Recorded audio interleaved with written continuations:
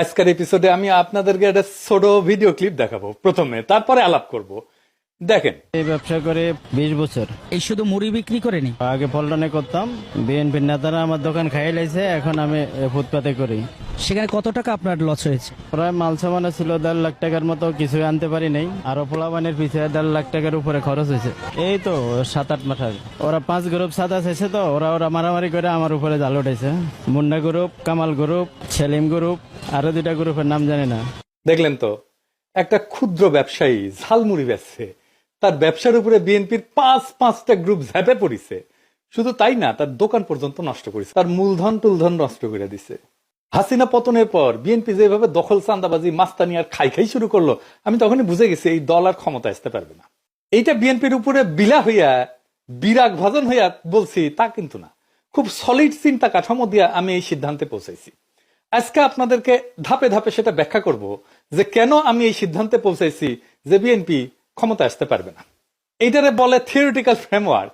আমি ঠিক কোন থিওরিটিক্যাল ফ্রেমওয়ার্ক ব্যবহার করে বুঝে গেছি বিএনপি ক্ষমতা আসতে পারবে না, সেটা আপনাদেরকে আমি অঙ্ক কইসা বুঝাই দেবো আজকে। আসেন আল্লাহর নামে শুরু করি। ক্ষুদ্র ব্যবসায়ীরা হইল দেশের সবচেয়ে বড় রাজনৈতিক বেস। তারা ভোটার সংখ্যার সবচেয়ে বড় গোষ্ঠী।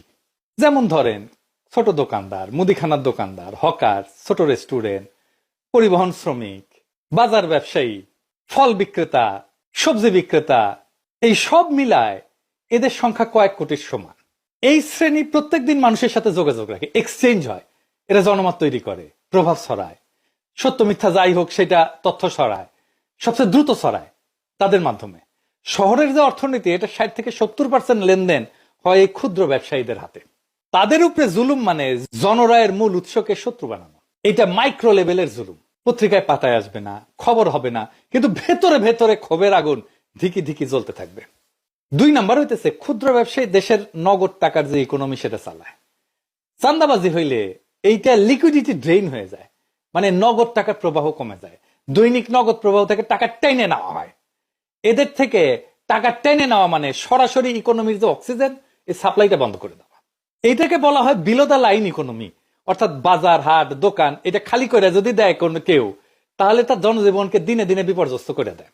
কারণ এইটার চাপ এসে আলটিমেটলি ওই মানুষের উপরে, ক্রেতার উপরে, ভোক্তার উপরে পড়ে।